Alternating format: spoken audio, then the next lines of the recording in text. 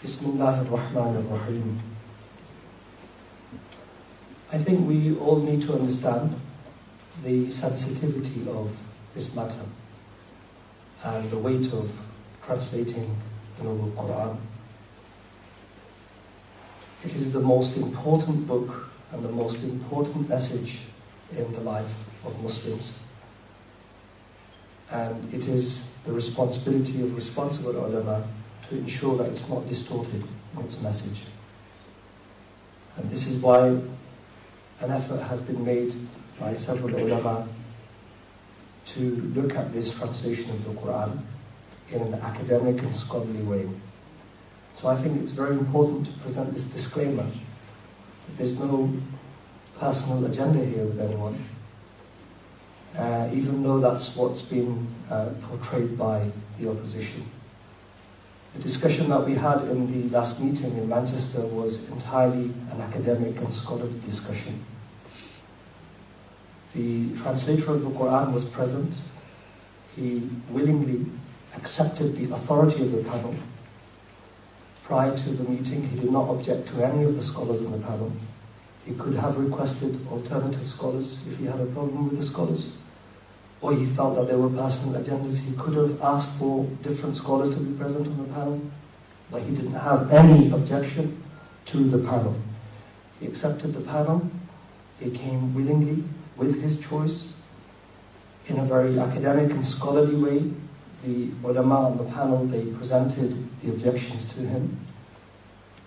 He was given the opportunity and space and time to clarify his translations, to consider the objections and present his defense. And several hours were spent talking to him, communicating with him, and addressing these translations. So in terms of him accepting the authority of the panel, that's something that he himself done. He had no objection to the scholars on the panel and their scholarship. If he felt there was a personal agenda, he would have addressed that before that meeting. All of these signs are a clear indication that there was no personal agenda in this panel. He did not have a personal agenda, and neither did he consider any of the ulama on the panel to have a personal agenda against him.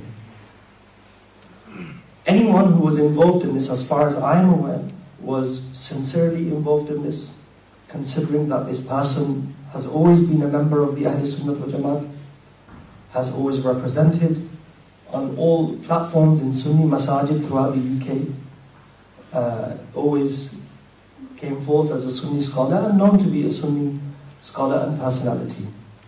And Huzur Mufakkir Islam Hazrat Allama Qamruzzama Azami Hafizahullah Ta'ala, he insisted that we must engage. He's one of our own people. We must engage with him, we must sit and talk with him, and we must address these issues with him in a manner that is academic and scholarly. And alhamdulillah, that was the right way to go about things.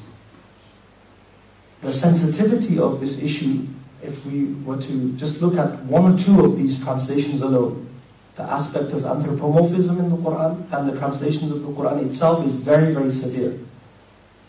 But the issue of Khatmi Nabuwwat, the finality of the Prophet ﷺ, is very, very sensitive for the Muslims. And so the scholars on the panel felt these issues and their concerns, and they raised them in a scholarly manner. Our deen, our sharia, it comes to preserve 5 fundamentals, what we call al-kulliyat al-khamsa. We call these the maqasid of religion. Hifz al-deen, hifz al-nafs, hifz al-mal, hifz al-aql, hifz al-nasab. Any ruling of the sharia that you pick up will have this underpinning philosophy to it. That it will that ruling will either exist to preserve religion, the tenets of faith, the fundamentals of faith, or to preserve human life, to preserve the sanctity and honor of people's property, or to preserve lineage and nasab, or to preserve the human intellect. Now, out of all these kulliyat and maqasid and purposes of the sharia, the highest one is hifzuddin. The preservation of religion is the highest purpose. So that if any of the other interests, masalih, any other interests contradict this one will dominate. And so hifzul deen, the preservation of deen, is a kulli, is a universal principle of our deen that will dominate other principles. In hifzul deen, hifzul Quran is one of its juzis. Preserving the Quran from tahrif is a type of hifzul deen. And so therefore, it is more important than preserving lineage, preserving property, preserving life. This is how important this matter is, preserving the Quran in its true form. And so, because it belongs to the highest type of purpose, the translation of the Quran and protecting it from misinterpretation and misconstruing its meanings or distorting its meanings, therefore it becomes a matter of the highest concern for a Muslim. More than his own life, more than his property, more than his wealth, it becomes of the highest concern that one does his best to protect the Quran. And it is with this passion and with this intent that the ulama got together and they took time out to address these issues. May Allah subhanahu wa ta'ala reward all those who are involved sincerely in addressing these mistakes in the translation of the Quran. And Allah ta'ala give the opponent or the opposition the tawfiq to understand this. And I'd like to finish there. Bismillahir Rahmanir Rahim. Today on the 31st of August 2019, a congregation of ulama have gathered here at Markaz Tahrir Kanzul Khuda in the presence of noble ulama and notable scholars, and everybody who is present among the notable ulama and visible have attested and agreed to the statement made on the 9th of August 2019 regarding Dr Musharraf Hussein's translation of the Quran named the Majestic Quran.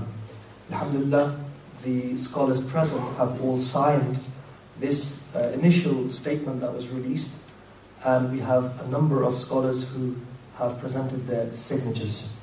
So those who have doubts regarding that statement or had any concerns regarding that statement should now be in yaqeen and in certitude that the ulama kiram are in unity on this matter, and they have agreed to the statement that was released on the 19th of August, not the 9th, the 19th of August. Alhamdulillah.